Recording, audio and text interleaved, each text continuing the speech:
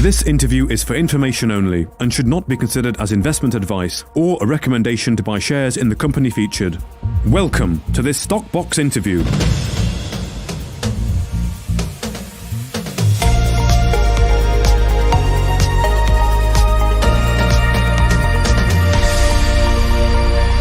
Joining us today is Andrew Bell, the CEO of Red Rock Resources. Thank you for joining us today, Andrew, from, where is it? Lubumbashi, are you in?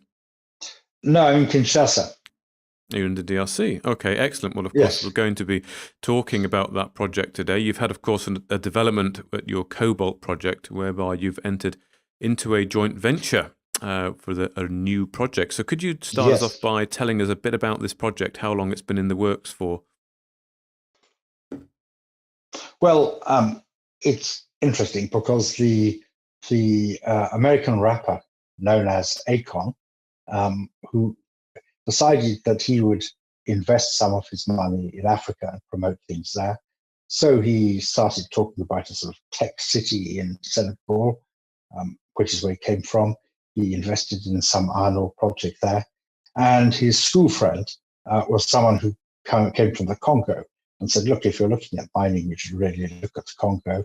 And all these minerals that are used in electric car batteries and so on, they're the thing to be in. So get into cobalt. So he came down to Congo and dealt with a state-owned company that was only too pleased to get foreign investments that would be also quite high profile. A lot of people know about it, might encourage others to invest in the country. Did a deal. But of course, doing mining activities and exploration activities in the Congo is not something easily done by people who haven't done it before. So they were looking for a technical partner. It wasn't so easy, probably, not helped by having COVID and all these restrictions. But eventually they came to us through our geologist who they approached initially. And we spent a number of months doing due diligence. The terms were not correct at the beginning, but they came back to us and said, look, here are the terms we can do. And it's what someone else has offered. We're willing to do this. And I thought, well, on those terms, yes, that looks pretty good, because our due diligence had shown a lot of prospectivity for cobalt. Okay. So this is Akon's company behind this, is that right? It is, yes. Okay. He's our partner.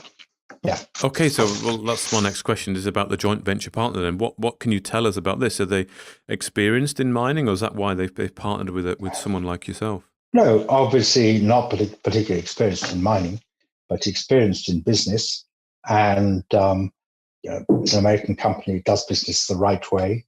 And Rigo, the guy here, the Congolese guy, and is very professional and sensible. They have good relations with the government. They can get things done, but they do things properly, the right way. And they want, obviously, to see the exploration done properly too. And we know how to do that. But the principle of it, the idea, is absolutely correct. And Solomika is a good partner. And this is quite excellent land where the forest group here produced high-grade cobalt from little akai, from little areas of very high grade historically. But nobody has done systematic exploration for more generalized lower grade cobalt, or looked for other akai comprehensively.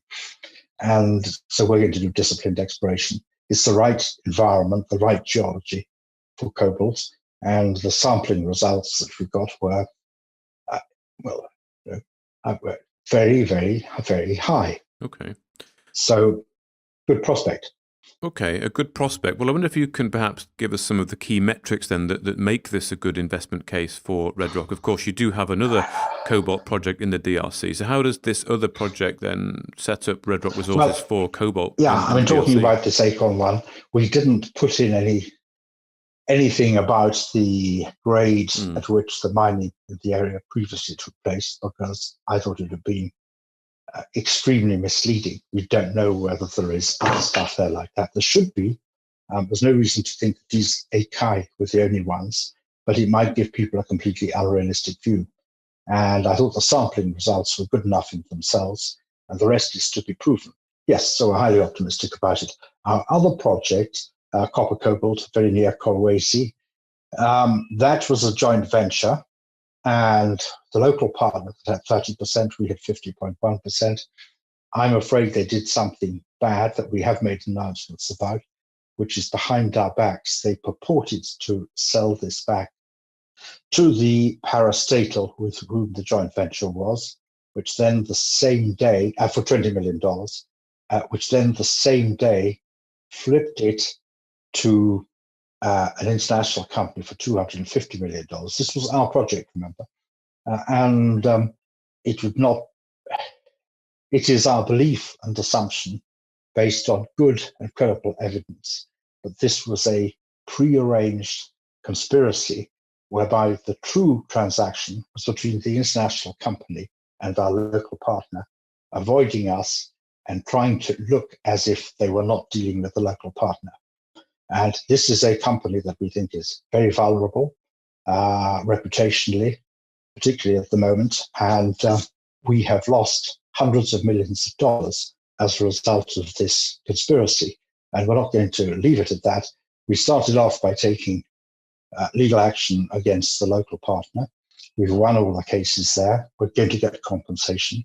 And eventually we will move on to moving against the international partner that became the destination for this asset. But no, we don't have that cobalt asset anymore. And of course, as soon as we discovered that something had happened, we made an announcement, and we've announced that we've won the cases and so on. I suspect people don't really focus very much on it because they assume that winning a case in Congo doesn't mean very much, that you're not going to be able to collect the money. But of course, I've been out here for a while. There's a reason for that. And I believe we are going to collect the money. Okay, well, just a final thought, Andrew. What's the plan of action then for this new project? Are you working on that, or do you already have in mind some key timelines, what you want to achieve? Well, the first thing we're going to do is échantillonnage termitière, which means we'll do termite mound sampling. It's kind of geochemistry. And these great big termite mounds, several meters high, you take the material, say, a meter above ground, and it'll give you an idea of what the mineralization is a meter below ground, and 2 meters above, 2 meters below, and so on. It's a very quick way of doing sampling, and you can get them near enough on the shape of your grid. So you do a grid over a large area of geochemistry very quickly, get the results. What you want to get from that is areas of anomalism, because then you start looking at the geology and focusing on those areas of anomalism, and you can decide what to do next, which areas would justify more exploration. So that first stage, yes, that's relatively cheap, but that's sort of the groundwork for what we do afterwards, which of course would be drilling and so on. So we're going to do that. Probably we're going to get some decent results from it. We're going to announce that. The other, of course, license that we have here in the Congo, where we already have a copper cobalt discovery, we should be doing this drilling season a little bit of diamond drilling there to penetrate what we think are highly likely to be enriched copper zones. And then we may be given a compensatory asset for the one that got stolen from us. And that we think would be a good quality asset as well. So yeah, we've got good quality assets. We do good quality exploration, and this is a fantastic country for minerals.